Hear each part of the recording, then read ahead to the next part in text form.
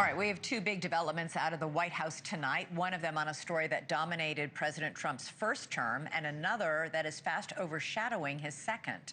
NewsNation confirms that Attorney General Pam Bondi briefed President Trump in May that his name was in the Jeffrey Epstein files several times, along with hundreds of other high-profile names.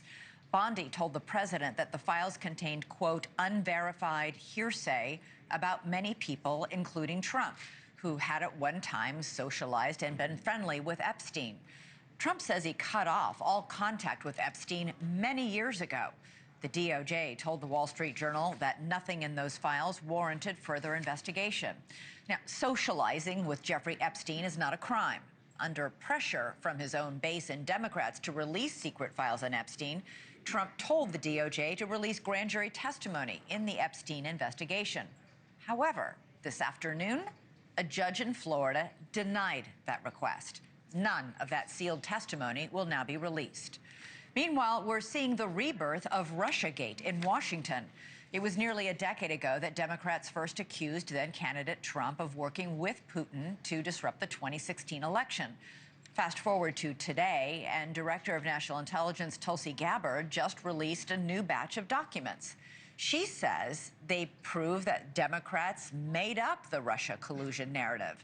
In fact, Gabbard claims it was President Obama himself who made it up.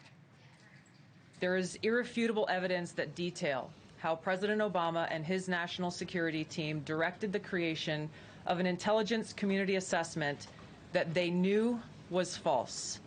They knew it would promote this contrived narrative that Russia interfered in the 2016 election to help President Trump win, selling it to the American people as though it were true.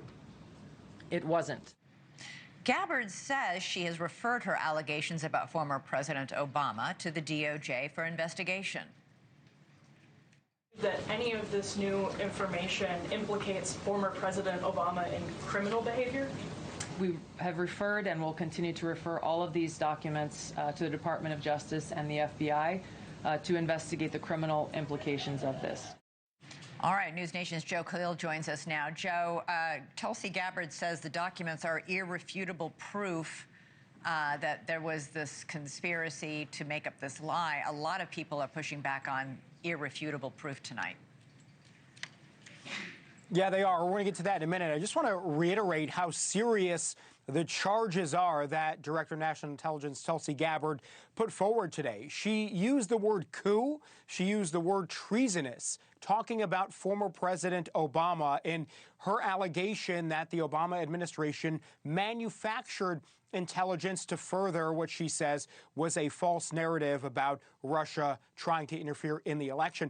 Today, we talked to several Democrats and some Republicans, and many of them have a lot of doubts about the seriousness of this probe. We heard over and over again from Jim Himes, the top Democrat on the House Intelligence Committee, that he says the facts are settled already. In fact, he pointed several times to a Senate report that actually at the time, Senate Intelligence Committee was led by Marco Rubio, now President Trump's Secretary of State, where they did a years-long investigation and found conclusively that Russia did try to meddle several different ways in the election, but that they were not physically changing any votes. And Himes went further.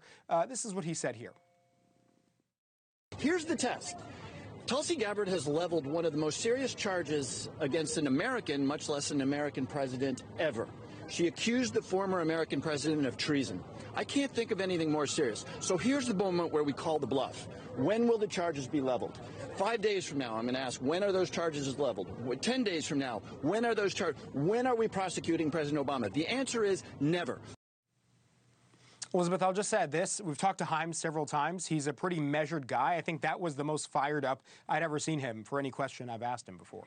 Thank you for watching. Subscribe below and download our NewsNation app right now on your phone, and you will get fact-based, unbiased news for all Americans.